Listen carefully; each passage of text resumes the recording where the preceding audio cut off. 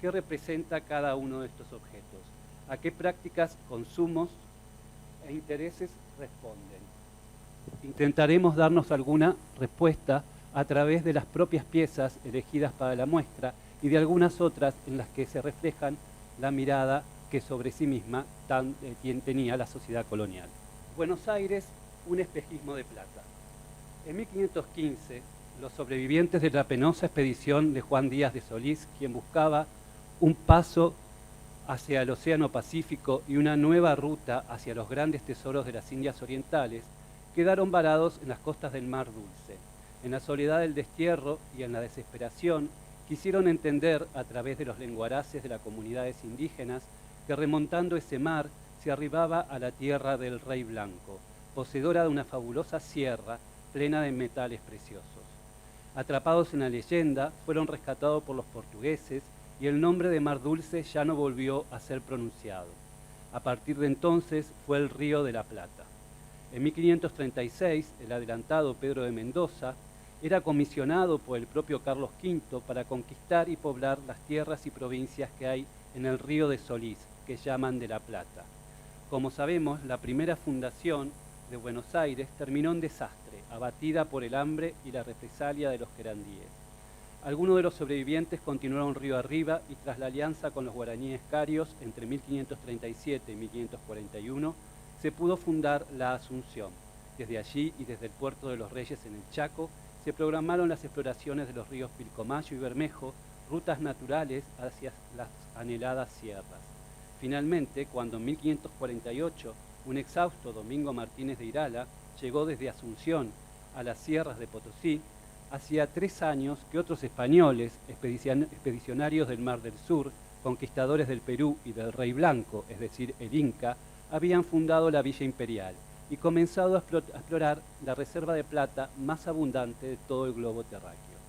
A pesar de la decepción, los habitantes de la Cuenca del Plata no renunciaron a su sueño. Así, la ciudad de Buenos Aires nació por segunda vez en 1580 gracias al empeño de Juan de Garay y a otros pobladores de la Asunción. Su posición estratégica resultaba fundamental como freno a las coronas europeas, principalmente la portuguesa, preocupadas por conseguir rutas de acceso a la riqueza de Potosí. Se necesitaba la presencia española en el estuario y desde el Paraguay se retomó la ruta del sur, volviendo la mirada al Atlántico, única puerta posible para la supervivencia. Para 1650, la Villa Imperial ya contaba con más de 120.000 habitantes, cuyas demandas debían ser satisfechas. Desde el Tucumán y el Río de la Plata se enviaban entonces lana, algodón, aceites, frutas secas, cebo para velas y jabón, bebidas alcohólicas y principalmente mulas. Estos híbridos no solo servían como el mejor medio de transporte de mercaderías, sino que eran la fuerza motriz indispensable para la extracción, comercialización y circulación fiscal de la plata. Los animales gestados y criados en las fértiles llanuras de Santa Fe y Buenos Aires eran vendidos a los comerciantes de Córdoba, quienes los sustentaban durante una primera invernada para trasladarlos y revenderlos en Salta y Jujuy. Cada mes de abril se efectuaba una feria en Salta y hasta allí bajaban los comerciantes del Alto Perú en busca de los mejores ejemplares y aprovechaban el evento para introducir sus propios artículos manufacturados, textiles, cueros repujados, muebles, imágenes en tallas y lienzos, hierros forjados y por supuesto plata labrada. Sus monedas, lingotes y piñas eran el motor del mercado. Para Buenos Aires, en el extremo de la cadena comercial, el sistema resultaba insuficiente.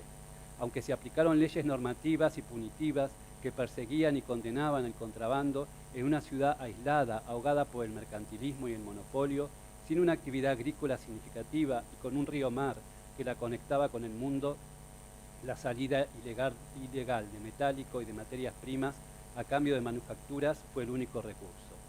Hacia finales del siglo XVIII, la fundación portuguesa de la colonia del Sacramento, en la orilla opuesta del Río de la Plata, sistematizó e incrementó el contrabando. Finalmente, España decidió que esta desdeñada villa en los confines del Perú se separase como capital de un nuevo virreinato en 1776 y un año después autorizó al puerto libre, acrecentando el contacto económico con Europa y aumentando sus rentas fiscales. Gracias al comercio legal, Buenos Aires competía ahora con las mercaderías que bajaban del Alto Perú, generando una clase acomodada que se las ingenió para vivir como verdaderos indianos. Desde los primeros tiempos se abastecieron de plata circulante del Potosí, en barras, monedas y objetos de plata, como lujo digno de ostentación. Propiciaron la entrada permanente de plateros europeos, principalmente portugueses, y a través del intercambio comercial adquirieron, tanto para el esplendor de sus iglesias como para el renombre de sus hogares, platerías provenientes del Cusco, Potosí, España, Brasil y Portugal. Para la élite colonial, la posesión de plata era indicador de riqueza, la riqueza sinónimo de éxito, el éxito acarreaba prestigio y el prestigio era una cuestión de honor. A pesar de que la actividad artesanal se haya registrada desde el nacimiento mismo de la ciudad de Buenos Aires, las obras de platería de los siglos XVI y XVII, importadas o autóctonas, incluso las documentadas, prácticamente no han sobrevivido hasta nosotros. Para el siglo XVIII, el concepto de antigüedad como equivalente a reliquia o tesoro no había sido adquirido por la sociedad rioplatense. En testamentarías, cartas dotales o declaraciones de capital de la época, las expresiones descriptivas más positivas para con los enseres labrados en plata eran algunas tales como a la moderna, de moda o hechura de moda, a las que se oponían términos como viejo, antiguo u obra antigua, lo que no solo llevaba implícito el sentido de vetusto, sino particularmente la idea de mucho uso y desgaste. Ya fuera por la escasez periódica del metal, por cuestiones de gusto o por el valor alcanzado por las manufacturas recientes a la hora de su tasación o venta, la refundición de plata labrada para la confección de nuevos objetos fue una práctica constante que gravitaría en la conformación de las colecciones de platería contemporáneas. Así, la mayor parte de las piezas de platería colonial existentes en las colecciones argentinas, independientemente de su procedencia, pertenecen ya al período rococó, estilo en que se introdujo en Iberoamérica hacia 1760 y perduró hasta poco antes de concluir el siglo XVIII. Por lo que las piezas puramente barrocas, ni qué decir tienen las manieristas, son especímenes poco comunes. La excepción se da en las piezas procedentes del sur del Perú y de la actual Bolivia, donde hubo una producción tan masiva durante estos periodos estilísticos que resistió el expolio y los cambios de gusto. Es más, por razones idiosincráticas, en sociedades tan conservadoras como las andinas, el barroco y el manierismo persistieron, coexistiendo en escuelas de platería regionales y abarcando arcos temporales mucho más extensos que en Europa u otros puntos de Hispanoamérica. Desde mediados del siglo XVIII, cada 1 de diciembre, en la iglesia del monasterio de Santa Catalina de Siena, en el actual barrio de Retiro, se celebraba a San Eloy, santo patrono de los plateros. No sabemos la fecha exacta de la conformación de la hermandad de San Eloy, pero para 1753 el cabildo porteño ya la reconocía como existente e indicaba su participación en las festividades del Corpus Christi. La hermandad no solo se limitaba a la celebración de su santo y del Corpus, sino que también encargaba misas para los plateros difuntos y socorría a las viudas de los mismos, así como los cofrades que estuvieran en situación de indigencia. Todo esto se realizaba con los fondos recaudados anualmente, tanto en moneda efectiva como en objetos de orfebrería. Los plateros, en busca de superación económica y social, se valieron de su hermandad radicada en el monasterio femenino más prestigioso de la ciudad para presentarse ante la comunidad como un cuerpo organizado y distinguido del común de los artesanos. Debido al material con que trabajaban, estaban sujetos a rigurosos controles y aunque casi nunca se cumplían las ordenanzas, las piezas en teoría debían salir de sus talleres marcadas con el nombre del platero, que las había hecho del fiel contraste que era el platero superior del gremio y el de la ciudad. Posteriormente debían ser quintadas. La diferencia que hay, esta es de la marca de la ciudad de Buenos Aires, que es un monograma con la A y la B, con la corona entre las columnas del Ultra, y esta corona es el quinto real, la constancia de que se pagó el impuesto. En las 3.000 piezas que tiene el museo hay una sola pieza quintada. Así que para que tengan una idea cómo no se respetaban las normas, ¿no? Bueno, posteriormente debían ser quintadas, es decir, nuevamente marcadas, esta vez con un sello real, como constancia del pago de impuesto a la corona. El mismo consistía en 1/5 del valor del metal utilizado, que en época de los Borbones fue bajado a 1/10 e incluso a menos. Toda esta fiscalización representaba una garantía para los consumidores, ya que los objetos de plata no solo eran considerados indicadores de distinción, sino una inversión en metálico, razón por la cual no siempre se buscaban piezas muy ornamentadas.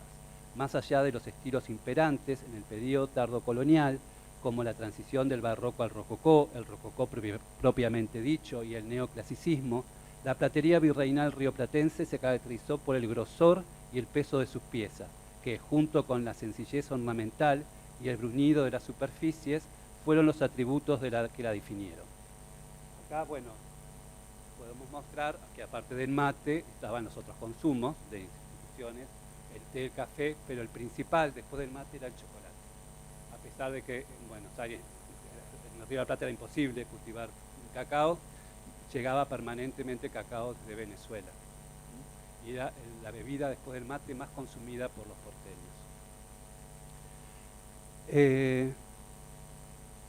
Bueno, las piezas del Museo Fernández Blanco en El Dorado, un territorio. En el momento en que se iniciaba el coleccionismo de arte colonial en coincidencia con los preparativos para la celebración del primer centenario de la Revolución de Mayo, los templos argentinos experimentaban todos, gracias a los grandes mecenazgos de devotos particulares, una transformación edilicia y decorativa que incluyó también a los objetos litúrgicos. Las platerías coloniales y del siglo XIX fueron mayormente apartadas del oficio y las renovadas iglesias, ahora neogóticas o neorrenacentistas, se vieron engalanadas con cálices, copones, custodias y tabernáculos encargados especialmente a las grandes casas de platería francesas, austríacas, alemanas y catalanas. Esto despertó el interés de la primera generación de coleccionistas, quienes tuvieron a su disposición no solo la platería colonial en desuso, sino también los mobiliarios y los ornamentos litúrgicos. Por otra parte, sabemos que los pocos punzones de plateros encontrados en las piezas coloniales se reducen a monogramas o iniciales, imposibilitando la identificación de sus autores. Esto conlleva a que la platería sudamericana sea esencialmente anónima, por lo que su coleccionismo no es el tradicional de autorías que se experimenta en otras artes, sino que por el contrario, el mismo radica en el peso específico de su materialidad, en su valorización estética y en su carga simbólica. Junto a otras herramientas de construcción, el coleccionismo finisecular fue plasmando un discurso que enraizaba el presente en un pasado colonial idealizado y se lo proyectaba hacia un futuro de progreso constante e indefinido. Estas colecciones, que mayoritariamente dieron origen a los museos, además de exhibir obras antiguas, promovieron la producción de nuevas.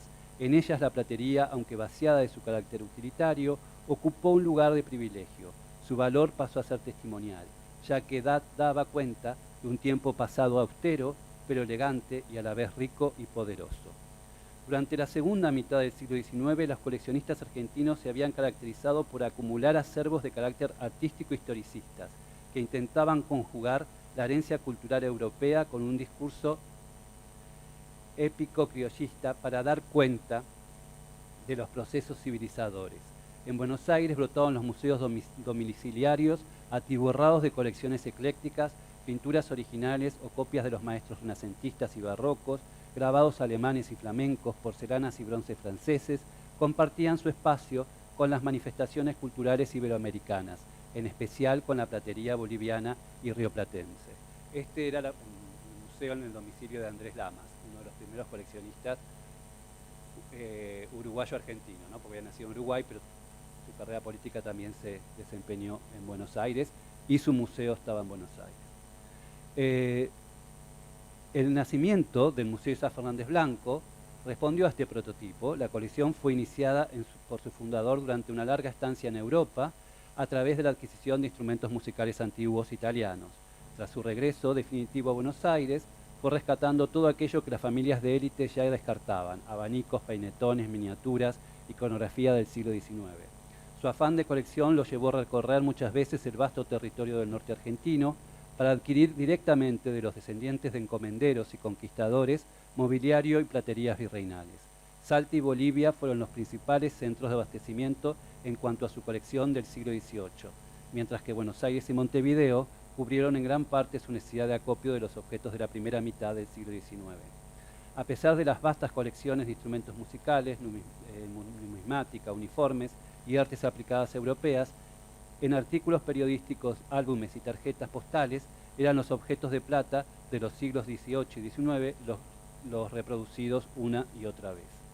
En septiembre de 1921 decidió ofrecer su casa en una venta con facilidades de pago a la Comuna de Buenos Aires y junto con la casa entregó a la municipalidad la totalidad de su colección en calidad de donación. La colección de platería reunida por Isaac Fernández Blanco fue preponderantemente de carácter doméstico.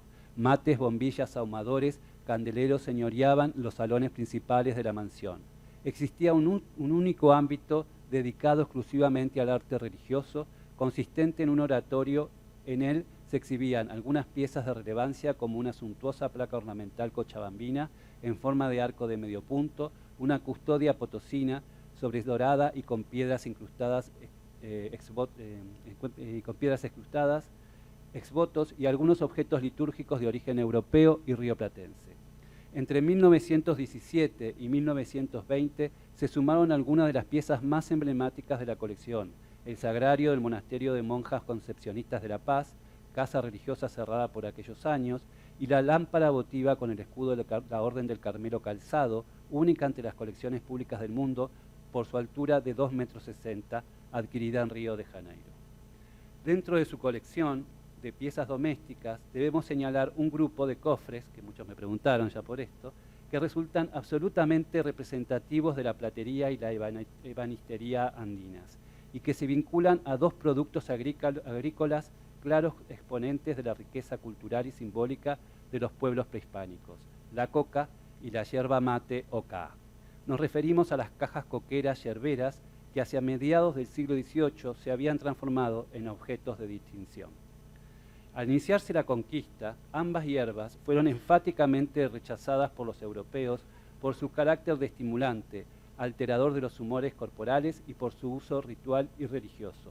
Particularmente la coca, en su forma de acullico, quitaba el cansancio, el hambre y la sed, por lo que fue catalogada como una medicina natural brindada por los dioses que no figuraba en las farmacopeas europeas, es decir, un don de Satán. Sin embargo, una vez iniciada la explotación minera a gran escala, se hizo evidente que sus efectos eran más apreciables para las rentas fiscales, ya que los indios que la mascaban en acullicos se mostraban más fuertes y dispuestos para el trabajo. Fue así que rápidamente los propios españoles acapararon el cultivo, distribución y comercialización de la coca, pues al decir del obispo de Cusco, vale en esta tierra a peso de oro. El cronista Aveldaño, por su parte, opinaba que esta concentración del cultivo en manos europeas provocó que la costumbre de mascar coca pasara a la sociedad criolla, particularmente a las mujeres.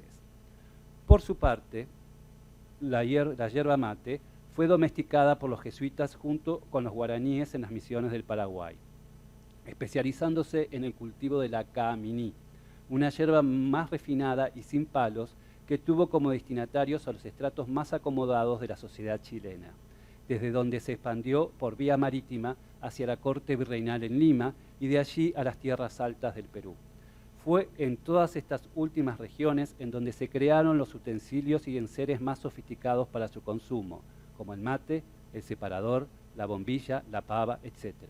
Por otra parte, estas exportaciones de yerba caá abrieron el flujo comercial entre Buenos Aires, Mendoza y Santiago, generando pingües ganancias para la orden jesuítica y la gobernación del Río de la Plata. Al complejizarse y sofisticarse la sociedad colonial a lo largo de los siglos XVII y XVIII, el uso de ambas hierbas se fue haciendo más exquisito y exclusivo.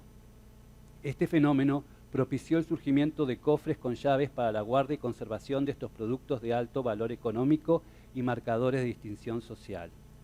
Ebanistas y plateros se esmeraron en el diseño de las novedosas cajas coqueras y yerberas.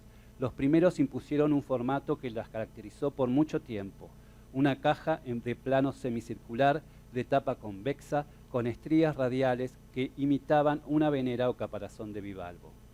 Muchos plateros, por su parte, recrearon esta misma propuesta cincelando arabescos, aves y seres fantásticos sobre sus superficies, pero rápidamente apostaron por nuevos formatos. Aparecieron más tarde, las coqueras yerberas presentaban en su interior 3 divisiones, la mayor para las hojas de coca, las 2 restantes para los diferentes antialcaloides. Aparecieron más tarde las coqueras de cuerpo globular, con paredes ondulantes y gallonadas, siempre sostenidas por patas cabriolé y con un fruto, la lima, como remate en su tapa. El polvo de lima era utilizado, al igual que las cenizas vegetales o la cal de huesos y caparazones, y más modernamente el bicarbonato, como un antialcaloide y neutralizador de la saliva al masticar las hojas de coca. La particularidad de estas piezas, más típicas del último tercio del siglo XVIII, fue la incorporación de arandelas en su interior, en donde insertar 2 potes para antialcaloides y saborizantes. Muchas veces podían estar acompañadas por cucharillas para espolvorear. Después del año 1800, algunas coqueras tomaron forma de urna romana, en lineamiento con las tendencias neoclásicas. Este es el caso de la coquera presentada en la exposición, realizada en plata y oro, que cuenta no solo con 4 potes, sino con una pinza para tomar las hojas.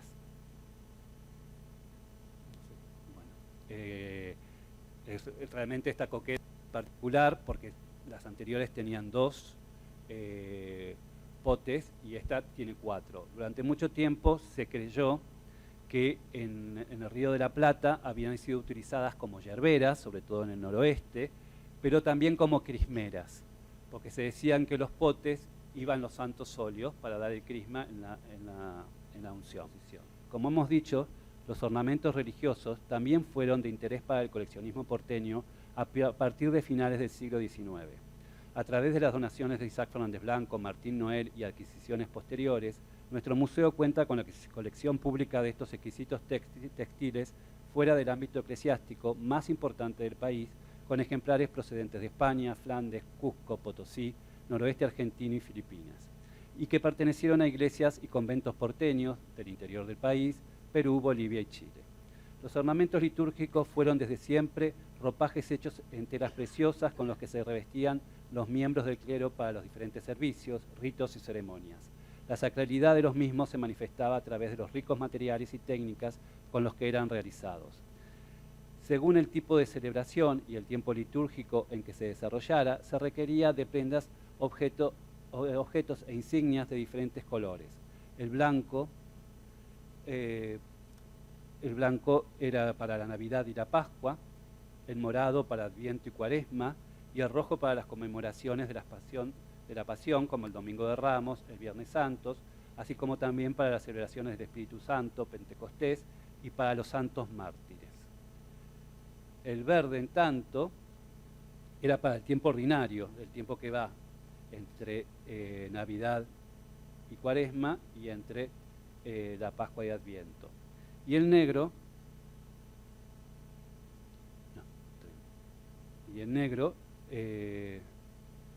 para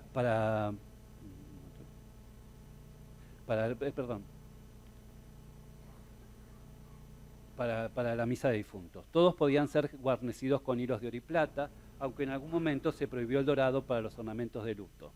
Se generaba así una permanente demanda en la labor de sastres, bordadores y cordoneros. Los ornamentos podían traerse de Oriente o Europa, realizarse en talleres locales con sedas importadas o ser manufacturados por monjas, beatas o personas piadosas. Un terno litúrgico se componía, por lo general, de una casulla, una capa pluvial, 1 o 2 dalmáticas y se completaban con las insignias, manípulo, estola, collarín, humeral y los objetos litúrgicos, cubre cáliz, bolsa de corporal y palia. Este conjunto tiene la estola, el manípulo, el cubre cáliz y la palia. Y aparte de la casulla, por supuesto.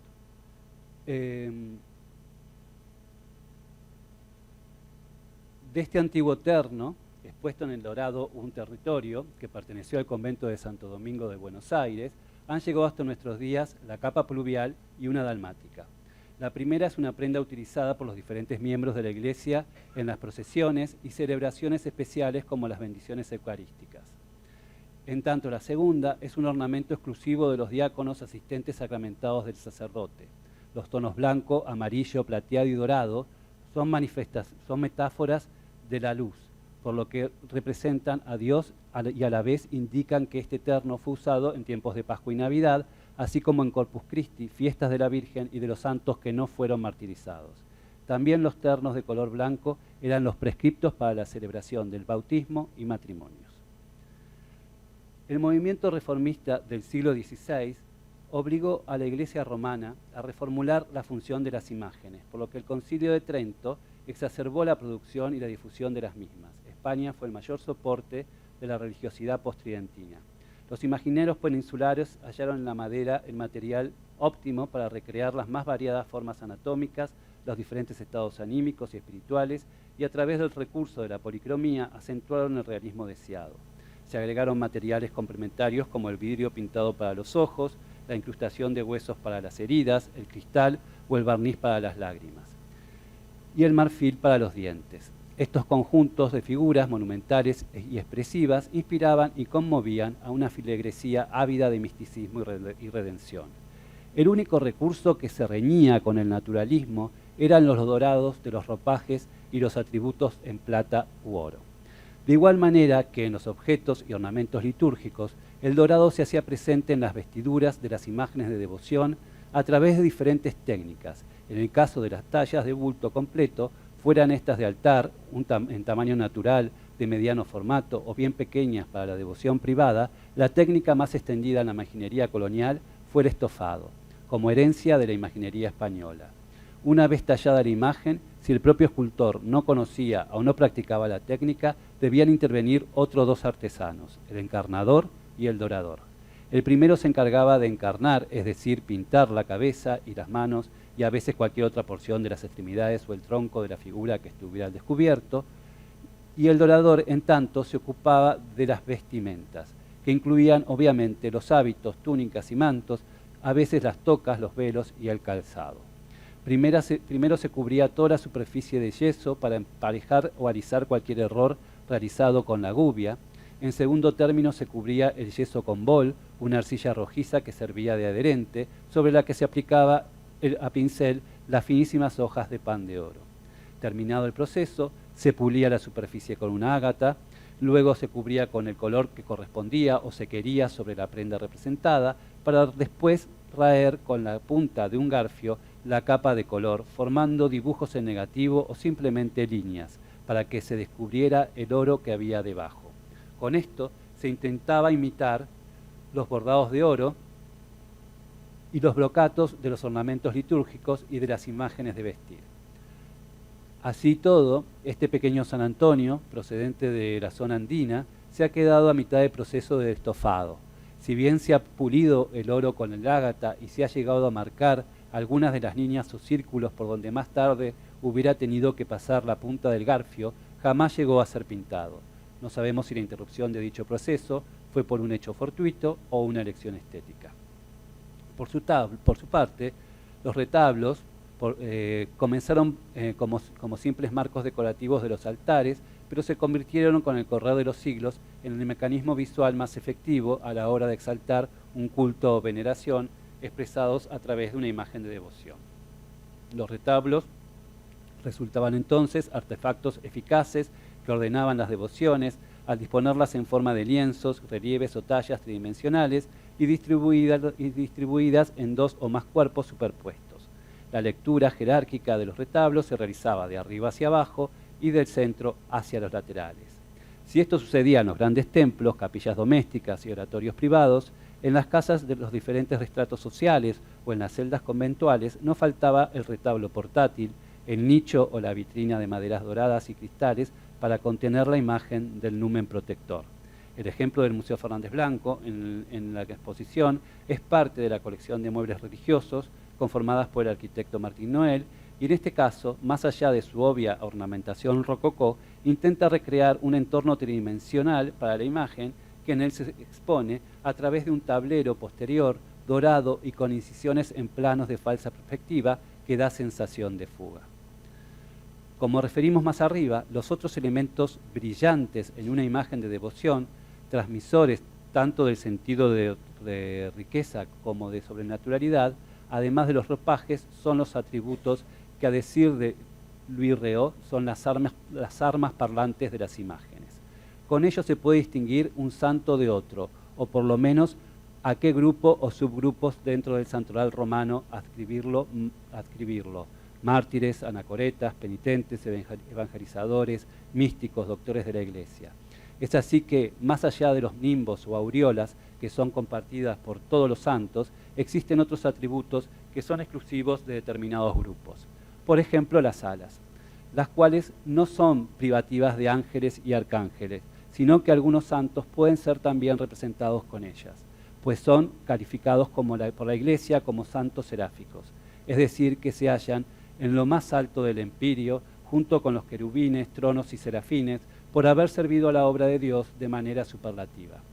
Tal es el caso de los santos fundadores de órdenes como San Francisco de Asís, Santo Domingo de Guzmán o Santa Clara, o de los grandes teólogos y filósofos como Santo Tomás de Aquino o el beato Juan Ducencoto, o aquellos con capacidad profética como fue el caso de San Francisco Solano y San Vicente Ferrer.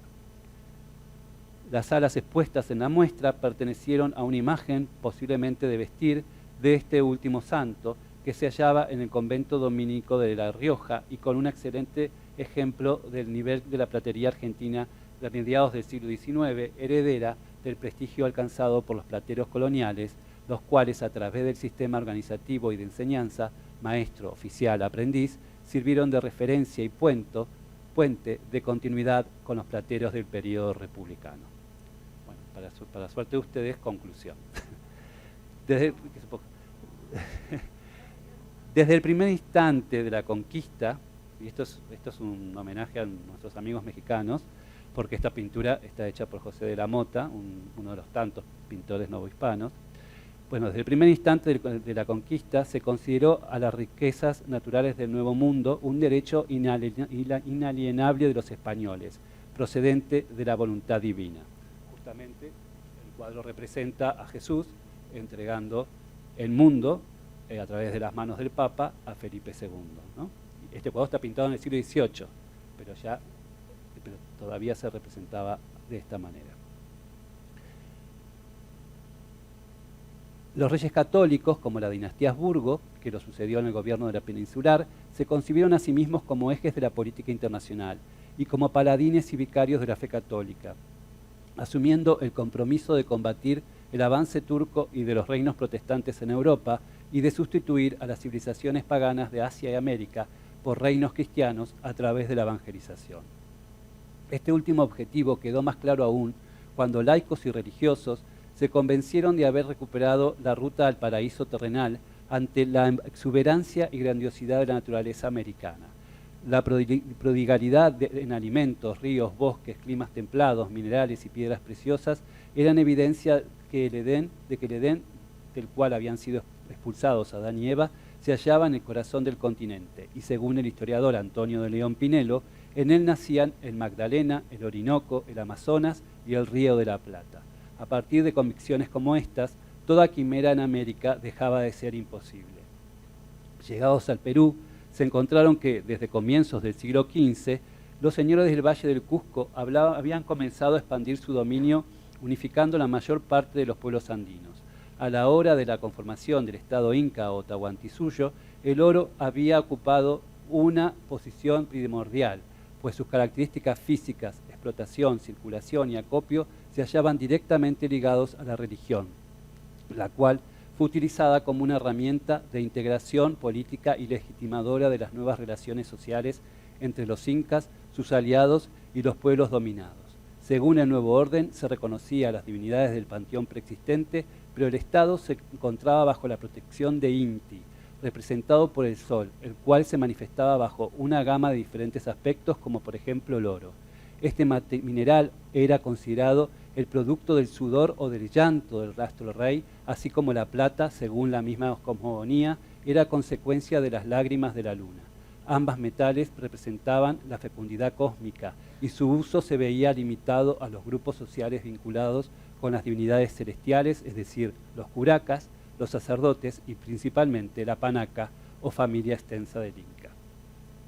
Si bien el nivel simbólico de la plata, en tanto metal precioso, nunca alcanzaría el estatus áureo, la quimera despertada por los informes llegados a la metrópoli con claros indicios de abundancia y pureza de este mineral impresionaron y profundamente a Fray Álvaro Alonso Barba, el mayor especialista en la materia. Al publicar su obra Arte de los Metales en 1640, se vio obligado a pronunciarse sobre la plata peruana, diciendo de ella, solo le falta el color y el peso para hacer oro. Comenzaba así a vislumbrarse la materialización de uno de los tantos mitos y profecías con respecto a América, el de una montaña completa de oro o de plata. Sin embargo, todo anhelo o especulación sería superado, a menos de 15 años del desembarco, cuando en 1545 se produjo el hallazgo del Cerro de Potosí, una verdadera montaña completa de plata. A partir de entonces, la presencia española en América se sustentó en los recursos económicos extraídos de las entrañas del Cerro Rico, ampliando el espectro de explotación minera a cifras nunca antes soñadas por europeo alguno, marcando el nacimiento del capitalismo moderno y enterrando para siempre el carácter ritual de los metales preciosos. Si para el conquistador todo esto representaba beneficios, para los pueblos originarios la explotación de las vetas de oro y plata y de las piedras preciosas devino en un verdadero estigma que jamás los abandonaría. Durante 3 siglos el poder económico de la plata hispanoamericana se había hecho sentir en toda Europa y atravesó Asia hasta terminar acumulándose en China. Como bien explica Marcus Burke, la moneda española era tan poderosa todavía a mediados del siglo XVIII que en el momento de la creación de un símbolo para la nueva moneda de las 13 colonias independizadas, los padres fundadores eligieron el signo peso, inspirado en el plus ultra o columnas de Heracles que desde tiempos de Carlos V llevaba el escudo de España y aparecía en el reverso de toda moneda. De igual manera, para asegurar la fortaleza del nuevo signo monetario, se determinó que un octavo de dólar equivaliera a un real español. Justamente ese fuga permanente de plata monedada hacia el resto del mundo provocó la escasez de circulante durante la mayor parte del periodo virreinal, lo que obligó a los porteños y a otras comunidades coloniales a acumular metálico a través de la adquisición de enseres de plata labrada. Hacia finales de la colonia, gracias al desenvolvimiento comercial con el puerto de Cádiz y las provincias del norte, la plata también circulaba en forma de lingote y en monedas. Así es que en 1811, a un año de la Revolución de Mayo, los diseñadores y constructores del primer monumento patrio, conmemorativo de la gesta, al que dieran forma de pirámide, decidieron colocar por debajo de esta una cápsula del tiempo. En 1912, al ser removida la pirámide de Mayo de su lugar de emplazamiento, de aquella cápsula solo restaba un tesorillo de monedas coloniales procedentes de las secas de Lima, Santiago y Potosí, con las efigies de los correspondientes reyes borbónicos que van desde 1746 a 1812, año de la finalización del monumento y cuando aún se luchaba para retener al Potosí para el Río de la Plata. Dicho tesorillo tuvo como destino el viejo Museo Municipal y del que, una vez disuelto, pasó a nuestro museo en la década de 1940.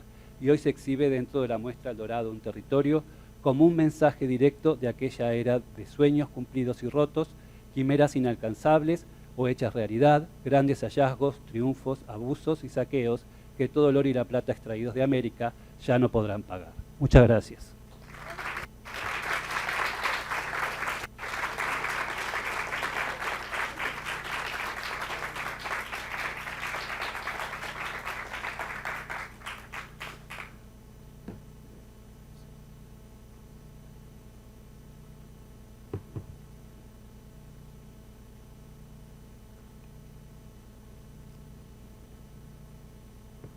¿Preguntas o algo?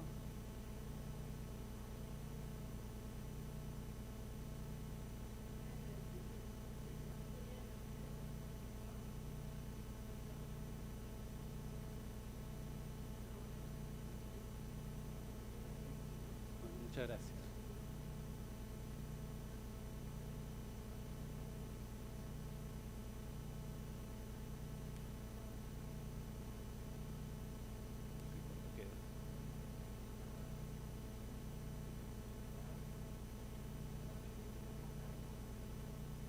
Y sí, polvoreaban permanentemente y hacían el cuchillico, o sea, eso mezclaba con la saliva, todo eso, la hoja y los polvos fueran saborizantes o fueran antialcaloides.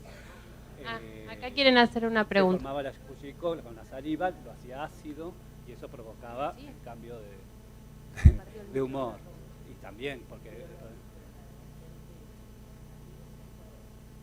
usaban antialcaloides naturales, como por ejemplo ellos quemaban huesos y quemaban moluscos, las caparazones, y con eso después la cocinaban, o sea, los pisaban y después los cocinaban a fuego muy fuerte y se provocaba una cal. Y con esa cal, que no era tóxica como la otra cal, se podía también hacer. Eso lo hacían En cambio, en la época colonial ya se usa más la lima, y en el siglo XIX, o sea, más exactamente, no la época de estas coqueras, ya se usa el bicarbonato, que es lo que se usa hoy en día.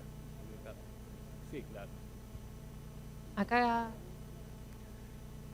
No soy un experto, no soy un experto en consumo, pero nos costó muchos años, muchos grandes autores, como Adolfo Luis Rivera, que fue el más grande experto en platería en el arte.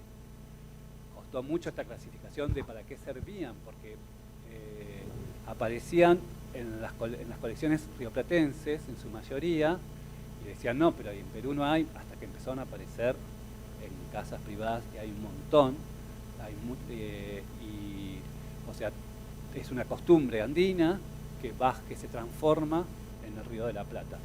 O sea, obviamente que en Salta, en Jujuy también deben haber consumido coca, pero también se adaptó. En el siglo XIX ya se usaban como yerberas, aunque fueran coqueras del siglo XVIII. Eran muy vistosas, muy llamativas, y por eso la mayoría no conserva los vasos. Hay muy pocas con vasos, muy poquitas. Las mayorías ya lo han perdido porque eso se dejó de usar al cambiarse. Hasta había algunas que estaban clasificadas como confiteros, que uno se preguntaba para qué tenían 3 divisiones internas y iban a poner confiteros. Aparte, ¿a qué llamamos confiteros? Una palabra muy genérica. Pero bueno, los distintos historiadores del arte que se dedicaban a la platería, desde Tolar y muchos más antiguos también, intentaron saber qué era esto. Hasta que aparecieron, y sobre todo apareció, que no tengo, una que es de madera pintada, y donde lo que está representado es una escena galante, una pareja del siglo XVIII, y al lado hay una asistente, que por supuesto es una indígena, una colla, que les está sirviendo el mate. O sea que evidentemente serán, o el mate de coca, no sabemos. Era para infusiones, era para lo que, o era para hacer con las hojas de coca el mate de coca o té de coca, o era para guardar la yerba mate. Para los argentinos nos llama la atención esta idea de la yerba mate como un elemento de riqueza. Bueno, lo que pasa es que para los peruanos les salía muy carísimo. O sea, la yerba mate solo la consume los estratos más altos. En el caso de Chile, en el siglo XVI, se consume yerba mate porque son llevados los guaraníes para hacer la guerra a los araucanos. Y en un clima tan frío como Chile, el mate enseguida prende.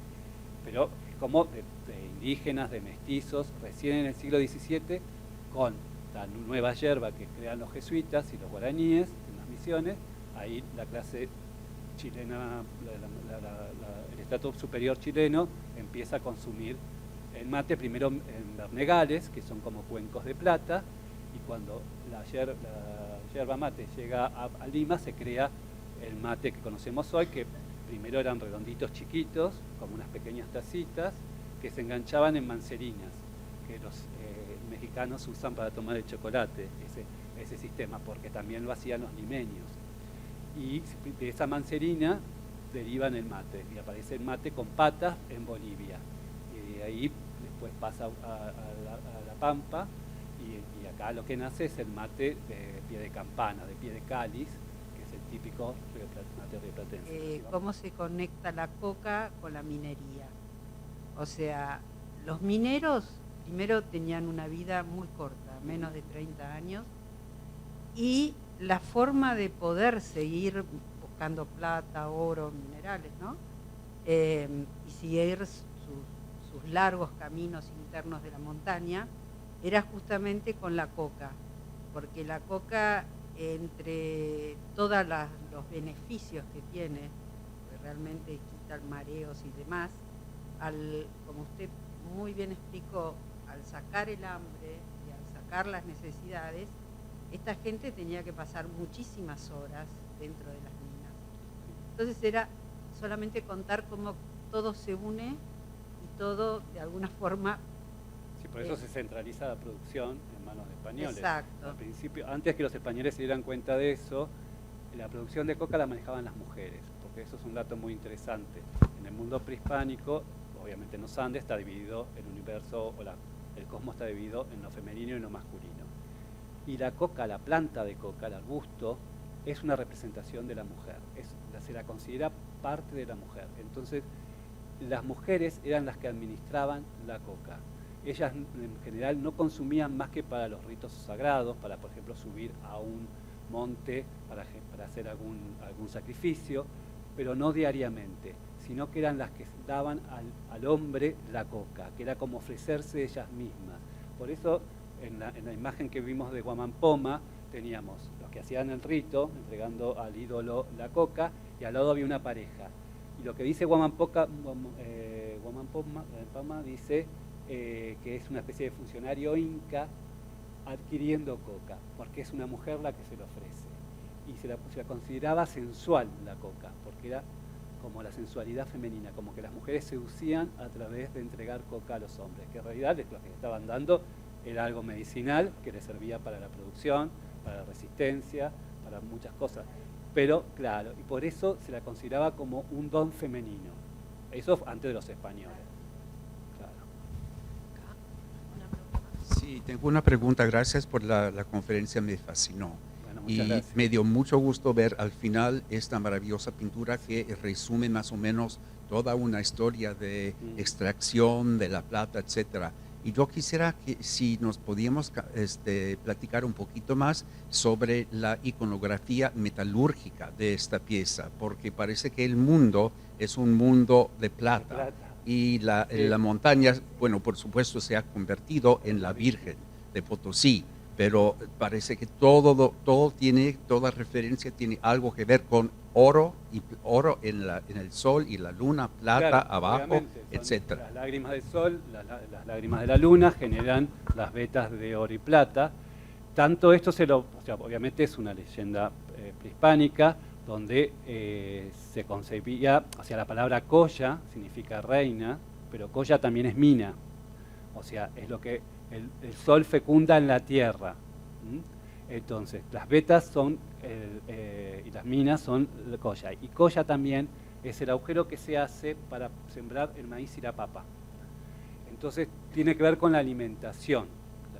La plata y el oro están vinculados al alimento, a la nutrición, y por eso son dones femeninos, generados por el sol, Inti, que llora sobre estas montañas, y esas montañas que ya en la época de los españoles están mezcladas. En realidad la Pachamama es la tierra fértil, la tierra labrada, la tierra que se cultiva, pero los montes son apus, son masculinos, son los antepasados.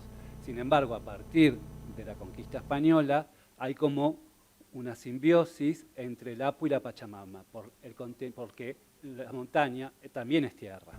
Y si da un alimento como es el oro y la plata, comparable al maíz y a la papa, entonces se transforma en un ente femenino. Y obviamente los criollos, y sobre todo los mineros y los azogueros, y los ingenieros de las minas, de alguna manera crean esta devoción para mostrar a los indígenas, ¿no?, que la tierra alimenta a los españoles porque ellos le dan a cambio la religión. Se toma, el Cerro de Potosí es tomado como una mariofanía. En lugar de aparecer la Virgen como apareció en Lourdes o en Guadalupe, la Virgen de Guadalupe en México, María se manifiesta como montaña. Por eso se representa de esta manera. Esa es la interpretación que quiere dar la sociedad criolla, que a la vez está peleando que se mantenga la mita como sistema permanente de explotación de las minas, porque ese sistema es más efectivo, porque son indios obligados a trabajar por mucho tiempo en las minas al servicio de los azogueros y mineros. Y entonces es como la pintura tiene 3 estratos. Un estrato celestial, en el imperio, donde se está celebrando la misa con todos los ornamentos religiosos que veíamos anteriormente. O sea, Jesús es un sacerdote oficiando misa.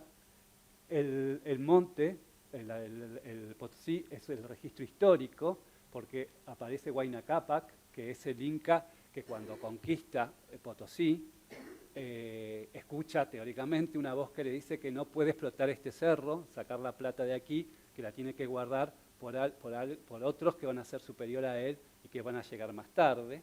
Estas son todas construcciones del criollismo. Aparece el indio que va a avisarle al Vicenteno, que es uno de los azogueros, para que existe esta mina, que esta riqueza de plata, porque la habían guardado en secreto, pero obviamente los españoles se enteran, teóricamente, porque un indio delata la presencia de estas minas, de estas vetas de plata tan abundantes.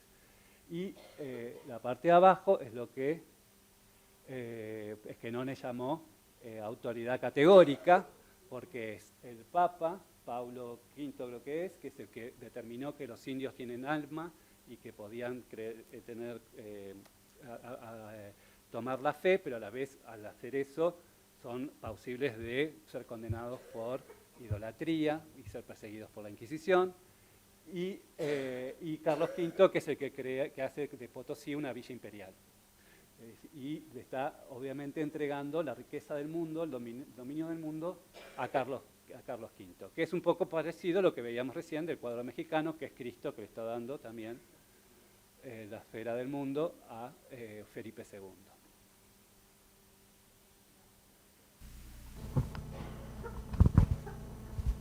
Gracias. ¿Hay información sobre la minería prehispánica? En realidad la minería no es tan como la conocemos nosotros. En realidad, en la mayoría de los casos eran aluvionales, se recogía la superficie. Había muchas piedras en superficie, tanto de oro como de plata. No trabajaban en socavones muy profundos. Era todo muy, muy superficial, porque aparte el oro tenía un uso muy específico, que era para la producción de ídolos. Estaba muy ligado a la religión. Yo escuché que hablaban del tema del cacao hoy como moneda. No llegó a ser tan importante, pero las hojas de coca fueron moneda también de intercambio. El oro no tenía valor económico, tenía valor ritual, únicamente, y a la representación de Dios, como también el jaguar era otra forma, otra manifestación de Inti. El sol, el jaguar, el oro, eran manifestaciones de la misma divinidad. Entonces no tenían valor económico como para preocupar. No es que no conocieran el sistema, sí, porque enseguida, o sea, lo podían hacer, pero se conformaban con el oro que recogían en superficie. ¿Alguna pregunta más? Pasamos a la mesa siguiente. Bueno. Gracias. No, gracias a ustedes, muchas gracias Adriana y a todo PROA. Hasta luego.